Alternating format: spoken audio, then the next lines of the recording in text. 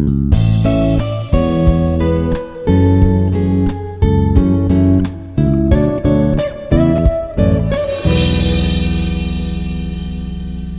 and welcome back to video lecture series on computer architecture. This is video lecture number 3. My name is Dr. Prashant Bachanna. In today's lecture, we shall be learning memory subsystem organization and interfacing. So in this, we shall be learning the types of memory, memory hierarchy, memory organization, memory interfacing, memory hierarchy design, and the working of the cache memory. So as we have seen in the previous videos, memory is an integral part of any computer. So there are different types of memory here. So the basic memory classification is done in two ways. That is primary memory and secondary memory. So primary memory is the memory which is present inside the computer. So which is also called as the main memory. And secondary memory is the memory which is present outside the computer. So we'll see the primary memories now. So the primary memory is classified into two main types of memory, that is RAM and ROM. So RAM stands for random access memory and ROM stands for read-only memory. So again in the RAM, it is divided into SRAM and DRAM, that is static RAM and dynamic RAM. So again the ROM is classified into the three types, that is PROM, EPROM and EEPROM. So here the RAM, the working of RAM is the RAM memory. It is also called as random access memory. So this memory can be read and write operations. Both the read and write operations can be done in RAM. So whereas in case of the ROM, we can only read the data which is present in the ROM. That is, you can say that the ROM memory is a permanent memory, whereas RAM memory is a temporary memory which is used for execution of the instructions. So that is, we'll see it like one by one. That is, RAM stands for random access memory. It's a volatile memory. So if the power volatile memory in the sense, if the power goes off, the data present in the memory will be lost. That is in the RAM. So it is also called as a read-write memory. So we can do both read operations as well as the write operations can be done in this memory. So the program and the data that the CPU requires during the execution of the program are stored in this RAM memory only. So it is like volatile memory. As the power goes off, the data present in this memory will be lost. So this is these are some of the features of RAM. So for execution of all the instructions, the RAM memory is used. So again, this RAM is divided into SRAM and DRAM, that is static RAM and dynamic RAM. So these are some example of the RAM cells, that is a TTL RAM shell is shown in the figure. So this is constructed by using the transistors here and connected with these two resistors, and with the help of this select lines, the data will be selected. Then the next type of in the ROM or EPROM. So after the RAM, we'll be discussing about the ROM, that is read-only memory. So this read-only memory is a non-volatile memory. That is, as if the power goes off, all the contents present in the memory will be saved. So it's like a permanent memory. So this is further classified into 4 types, that is PROM, EPROM and EEPROM and MROM. So we'll see some of the examples here. So this is an example of PROM, wherein you can see with the help of the ultraviolet red and the quartz window, this figure shows the diagram for EEPROM. So this is again an example of single 4-byte ROM circuit. So in this figure, this memory is constructed with the help of a 2:4 decoder, and A0 and A1 are the address lines here. And this single 4 half-byte ROM is constructed with the help of the transistors here. Then here the address lines are used to select the one of the 4 bytes. So with the help of a 2:4 decoder. And this is again example of a simple 4-byte diode ROM. So the previous one was a simple 4 half-byte ROM. So and this is an example of single 4-byte diode ROM. So this memory is constructed with the help of the diodes, as you can see in the diagram, and here A0 and A0 are the address lines. So address lines are connected to the decoder. So what is the function of the decoder? The decoder, it interprets what the information to be stored. So here again the outputs, the data can be stored from D0 to D7. So these address lines will be selected with the help of the decoder. So this is example of PROM.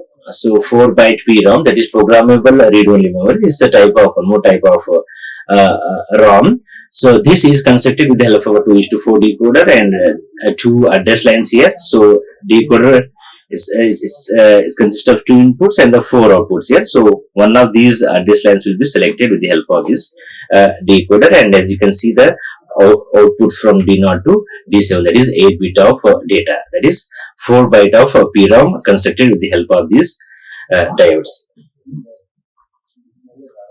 So after seeing the types of RAM and ROM, we'll see some of the differences between RAM and ROM. So RAM is a temporary storage, whereas ROM is a permanent storage. And in the RAM, the data stored will be in terms of MBs, and the data stored in ROM will be in GBs. As you can see, the operating system and other program files will be stored in the ROM. So it will be in GBs. So it's a volatile memory. As I explained earlier, a volatile memory is a memory. If the power goes off, all the content stored in the memory will be lost. So it's a volatile memory, whereas ROM is a non-volatile memory. That is, if the power goes off also, so whatever the programs, operating system programs or the any other program files which are stored will be stored permanently in the ROM. So this RAM is basically used for normal operation. That is like we can say that when a computer is starting, it's a booting up, starting, the ROM will come into the picture to start the operating system. Once the device is on or the computer is on, for performing normal operations, we use RAM memory is used. So this is used for startup process or the computer to start it, and once the computer starts, RAM memory is used for performing normal operations in a computer. So this RAM data transfers like faster, whereas ROM is a slow memory which writes the data slowly. Is compared to that one.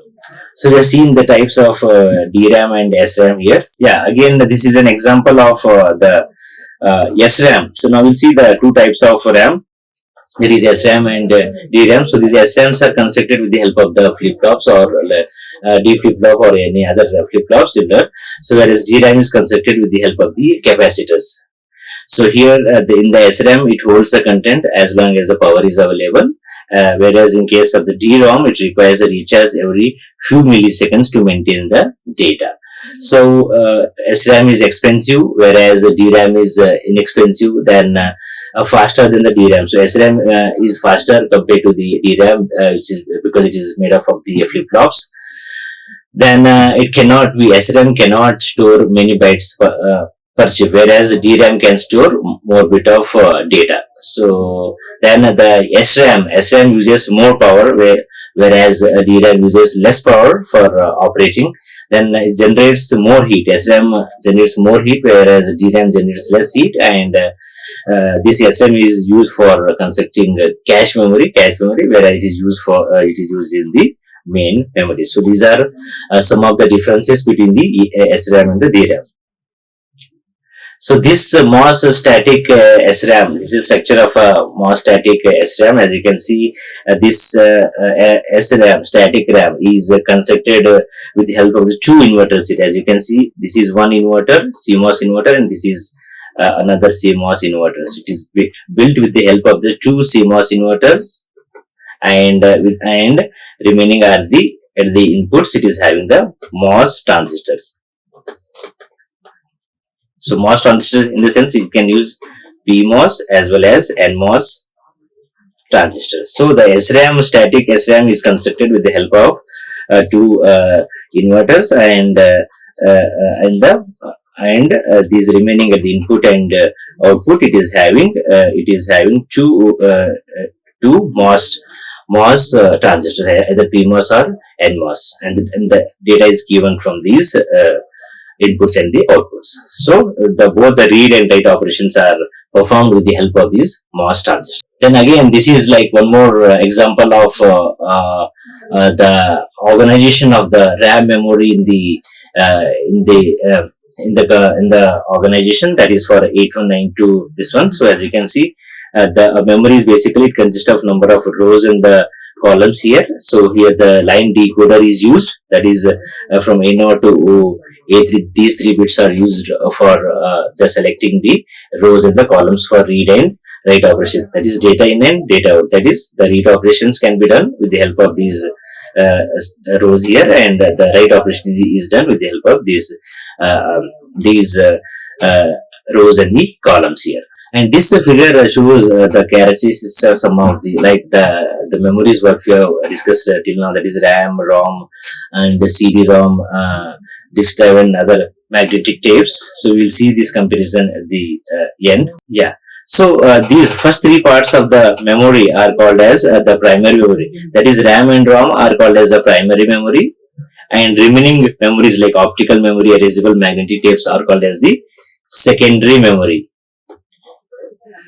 So, this table shows the comparison of the characteristics of different types of memory with respect to the storage, then the access method, alternatability, performance, and the typical access time of the memory. So among the best one is the RAM, that is random access memory, which can do both read and write operation, and it's a volatile memory, and its execution access time is only 10 nanosecond of time.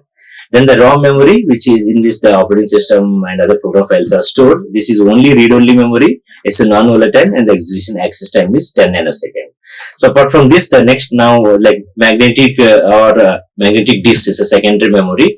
So it will also do both read and write operations. It's non-volatile, and its execution time is more compared to the this one, that is 50 nanosecond. Then the optical disk CD-ROM. So this is, in this we can do only read operation. Then this is a non-volatile memory. Its typical access time is 100 millisecond. Then the next type of secondary memory is erasable optical disk. So which is also can read and write the content. It's a non-volatile memory, and its execution time is also 100 millisecond.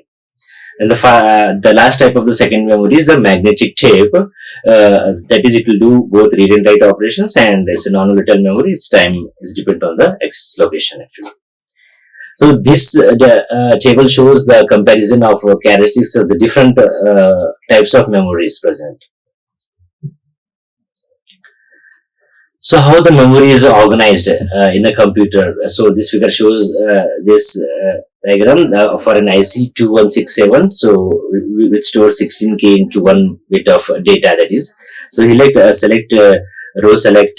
This thing is used from A0 to A3 here, and this is the main memory of 128 rows and columns here. So with the help of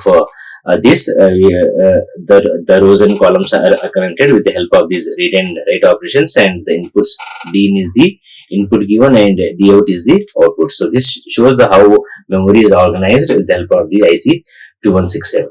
Right, so we have seen the different types of the memory subsystem. So in a computer design, the memory hierarchy is an enhancement to organize the memory such that it can minimize the access time. So now our next topic of discussion is memory hierarchy. So we have seen the 2 types of memory, that is primary memory and secondary memory. Now we will see how these two, how the memories are arranged in the in a hierarchy. So this figure shows the memory hierarchy design in a computer organization. So as you can see, it is divided into the 5 levels, that is level 0 to level 4. So the first 3 levels comes in the primary memory. So the first 3 levels comes in the primary memory, and the next 2 levels are called as the secondary memory. So what is primary memory? Primary memory is a memory which is present inside the computer, whereas the secondary memory is an external memory. So as you can see, the first memory is the CPU registers, as you have seen in the CPU organization. So it uses general purpose registers and special purpose registers. So that is at the top of the hierarchy. The next type of memory is a cache memory. So this cache memory is basically placed between the ALU and the main memory to increase the speed of the operation. That we'll be seeing in detail in the later section. So cache memory is a small powerful memory which is placed in between the CPU and ALU to increase the speed of operation. So it will store the recently executed instructions and the data. Then the next type, as we come from top to the bottom of the hierarchy, is the main memory. That is, it is again divided into the SRAM and the DRAM here. Then the next level, that is level 3, is a like secondary memory. In the level 3, we have magnetic disk, then optical disk, and the magnetic tape. So these are the different types of the memory, that is primary memory and the secondary memory. So as you can see, as we come from top to the bottom of the hierarchy, so there is an increase in the capacity. As you can see, CPU registers will store less information, then the cache will store more. So as you come from top to the bottom of the hierarchy, so the capacity in the memory increases, and the access time of the memory will also increase as we come from top to the bottom. Then if we and as we go from bottom to the top of the hierarchy, there is an increase in the cost per size. So the cost of magnetic tape is less. So as we go from top to the bottom, the cache memory is also expensive and CPU registers are very expensive. So from this figure, we can say this is a memory hierarchy. So we can say that memory is divided into the primary and secondary memory, and it is arranged from top to the bottom. As we come from top to the bottom, there is an increase in the capacity and access time, and as we go from bottom to the top of the hierarchy, there is an increase in the cost per bit of the memory. That is, like I have explained earlier, it is divided into the primary memory and the secondary memory here. So like I have discussed these parameters here, the capacity and this one, it is in the capacity. As we move from top to the bottom, the capacity increases, also the access time will also increase. Performance, in terms of the performance, was designed with the memory hierarchy, so the speed gap increases between the CPU registers and the main memory due to the large difference in the access time. So the cost per, as we go from top to the bottom of the hierarchy, so the cost per memory will also increase. So there is, apart from these primary and the secondary memories, there is a special memory which is called as a special very high speed memory, which is called as the cache memory, which is used to speed up and synchronizing with the high speed CPU. So here the need of the need of the cache memory is, this is our CPU, that is ALU, and this is my main memory. So to execute any operation, each time the CPU has to take the data from the main memory. So it takes more time. So to reduce the speed of operations in between the main memory and the cache memory, we place a small powerful memory which is called as cache memory. So this cache memory will provide all the information required for execution of the instructions to the ALU. So the all recently executed instructions will be present in the cache. So whenever CPU needs any information for execution of the instruction, so that cache memory will give it to the CPU for executing it. So it holds the frequently requested data and the instruction, so that immediately it is available for the CPU whenever it is needed. So cache memory, it is used to reduce the average time to access the data from the main memory, as I mentioned earlier. So it reduces the access time of the memory. So this cache is a smaller and faster memory which stores the copies of the data which is frequently present in the memory locations, so that whenever ALU needs it, that information will be given for execution. So there are various types, different types, independent cache memory in the CPU, so which stores the instruction and the data present in the memory. So this figure shows the structure of the cache memory, that is as a CPU here, as a primary memory, secondary memory. So the cache memory is placed in between the CPU and the main memory to increase the speed of operation. So it will store all the recently executed instructions, that is data, memory, address. So all the information will be present in the cache memory. So we have seen all these things. The next type, the next topic is the memory interfacing. So once you have seen the different types of memory and memory hierarchy, you will see how the memory is interfaced. So this is a microprocessor here present, and the microprocessor is interfaced with the memory here, and IO devices with the help of the three buses, that is address bus, data bus, and the control bus. So all these three, like microprocessor, memory, and IO devices, are interfaced with each other with the help of the address bus, data bus, and the control bus. So the function of the address bus is it will transfer the address from one place to the another place. Data bus, the data will be transferred from microprocessor to the memory or IO devices. Then the control bus is used to control the operations instructions. It will follow the instructions given by the microprocessor to control the whole operation of execution. So this interfacing process that includes basically matching the memory requirements with the processor signals. We have to make sure that both the memory and the processor signals are matching with each other, and the interfacing circuit, it should not design in such a way that if there is it matches the memory signals requirement with microprocessor signals. So when we are executing any instruction in a computer, the address memory location or the IO devices is sent by the microprocessor. Then the corresponding memory chip or the IO devices is selected by the decoding circuit. Then the memory requires some signals to read and write the register from the microprocessor and transmit the signals from for reading and reading. So basically, when an instruction is requested by the user to the computer, so the instruction will be executed in three steps, that is fetch, decode, and execute. Fetch, decode, and execute. So first the instructions will be fetched from the memory, then the decoder will decode it. It will interpret what information to be performed, what instruction to be performed, then the execution is done by the AIARE. So these are the references we have used for the preparation of this video lecture. Thank you very much. Like, share and subscribe. Hit the bell icon for more updates.